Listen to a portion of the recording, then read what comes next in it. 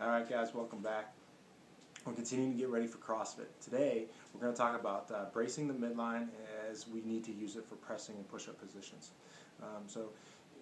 Again, with any of our movements, bracing the spine is going to be the most important factor before we do anything else. If you don't have a stable spine, you don't have a good platform to do anything off of, you're not going to be able to generate as much power as you potentially can. So first thing we're going to do is we're going to talk about some bracing. We'll look at the push-up, what we need to do to create torque in the shoulder, and how we can do pressing movements safe and effectively with as much power as we can possibly generate.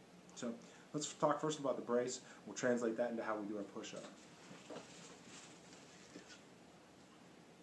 When we're looking to do an abdominal brace, I think there's a couple of key factors to keep in mind. Before anything's set up, I got to get my pelvis in a good position, and I can do that by squeezing the glutes.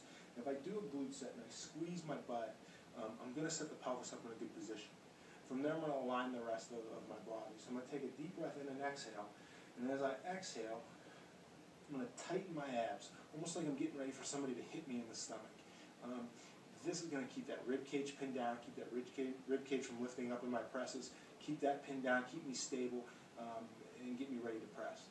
From there, I'm going to make sure my neck is also in a good position. Okay, so to recap, butt is tight, belly's tight, rib cage is pinned down, neck is set up in a good position. I'm going to achieve those three things. I'm going to put that into my push-up position. I always like to start using a table, something to get us elevated so that we can work on pressing without the strength demands of doing an actual push-up on the floor.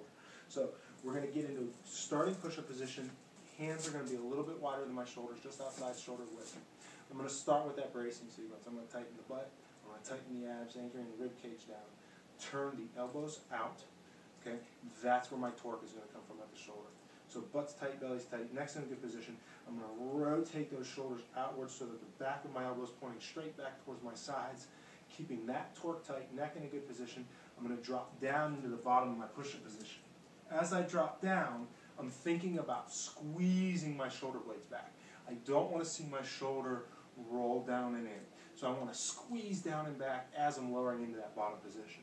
So again, butt's tight, belly's tight, shoulders are rotated out, squeezing the shoulder blade back as I lower, keeping the abs tight throughout the movement, trying to keep everything in one straight line as I go up and down.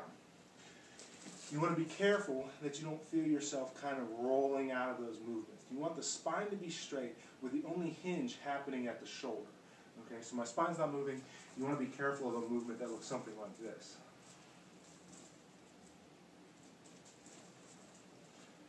Okay, that's a spinal fault. We're losing our spinal stability as we go into extension. I want to make sure that doesn't happen because that's power leaking out of the body.